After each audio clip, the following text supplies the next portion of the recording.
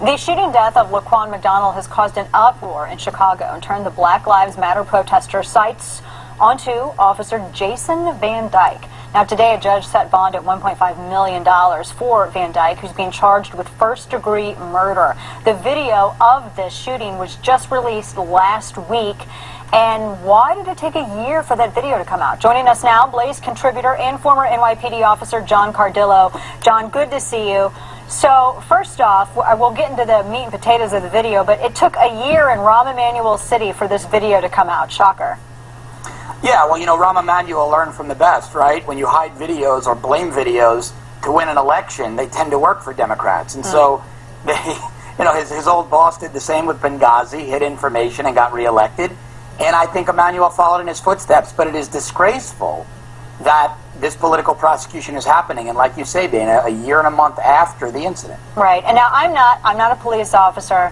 I do not have any, operate under any illusion that, you know, I've done tactical training and all of that, which is nothing like being a cop, nothing like being in the military, and I always get aggravated when people play armchair cop, or when people play armchair, soldier. And so, watching this video, honestly, I couldn't tell. This didn't answer any questions for me. I think the only thing that I walked away with from this video was, you know, did he still think he was a threat after firing 16 shots? I don't know what the protocol is.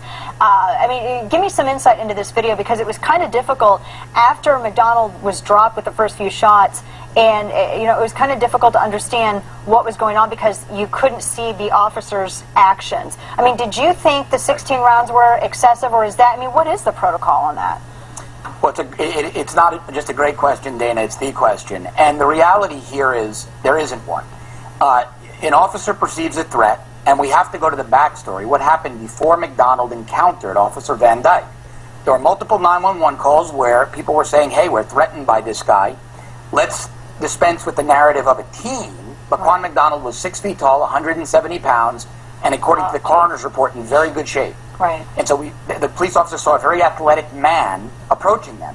He had slashed tires. He had, what hasn't made the media disgracefully, is attacked 2 female police officers. Then he slashed the tires of and broke the window out of a marked Chicago patrol car. So when Officer Van Dyke approached him, he had all this information.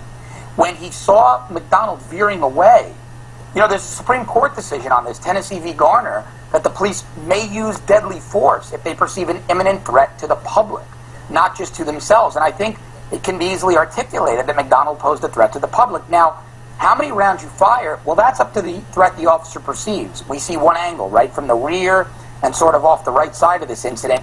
We don't know if officers thought he might have had a gun, he was moving his hands. And there are other physiological issues that happen in a shooting with trauma and stress where cops don't even realize how many rounds they've shot. They shoot until the threat is stopped, and really it's muscle memory and training that takes over. They're not counting. Right, yeah, that goes, a good friend of mine, Navy SEAL Jared Ogden, says that you don't rise to the occasion, you fall back on your existing skill set, which would explain it. And, you know, from my perspective, John, of the video, which, you know, I know it's to the side, it's grainy, it's dark, it's difficult to see, but when you said that he had veered away at one point, it seemed as though his other hand, and maybe this was just from him turning, and I realize the officers have an entirely different perspective, but that could have been construed as maybe him reaching for something, at which case, you know, you only have, if somebody is reaching for something, or if there's something that suggests that that person might be armed, cops have, like, what, a split second, if that, to react before then they're trading fire. And as we just saw in Colorado Springs, you know, they had a number of officers injured, 1 killed. Yes, yes, and I saw what you saw, exactly. And when you have a suspect, when you're responding, and I've been in that position, you know this person is already violent. Like I say, it's a large guy. It is deadly.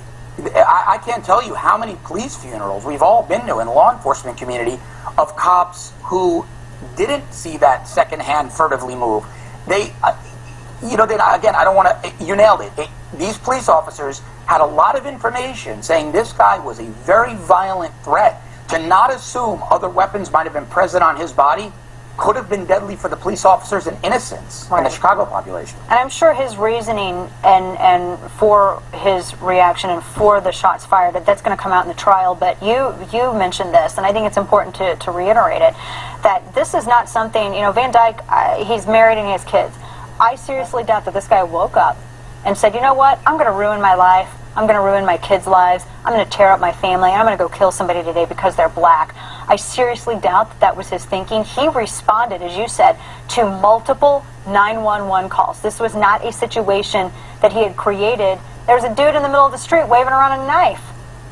Yeah, I mean, I said this. I said, why isn't anyone blaming LaQuan McDonald, the guy high on PCP waving a knife? And how shameful of Rahm Emanuel to give Chicago taxpayer money, $5 million to his family. When McDonald was killed, Dana, he was a ward of the state. His family abandoned him, and they got a $5 million Oh, that paycheck. didn't come out in the media. No, it didn't, right? Not at all. They got a $5 million paycheck for the son they failed, and this guy's facing first-degree murder. They didn't even have custody of him. 17 years old. He was a ward of the state for years prior to the shooting. And they got a $5 million payoff. Yep. Oh my word. That's the first time I've heard that. I mean, I heard that they had settled, but I did not realize that LaQuan McDonald wasn't even in his parents' custody. No, and hadn't been for some time, and over the years he had been removed from their custody quite often. In fact, they had him less, they lost custody of him more than they had custody of him. Wow. Why did they settle then? I guess that's the last question. Why did they settle if knowing all of this? Because putting this in a courtroom situation, I would think that it would pass scrutiny just based on this conversation. I'm not saying that, again, I'm not the judge or jury, but based on this conversation, what we know, to me it doesn't seem like there would be a good case otherwise. No, there wouldn't. I mean, this has become a disgraceful, reprehensible policy of both Emanuel's administration and Bill de Blasio in New York. He's doing this in cases where, in New York, where the NYPD is clear-cut 100% right. De Blasio is settling anyway. It is really progressive political pandering at its worst. Wow. John Cardillo, always so good to see you. Find him on Twitter at John Cardillo. John, thank you. Thank you, Dana. Take care. Mm-hmm.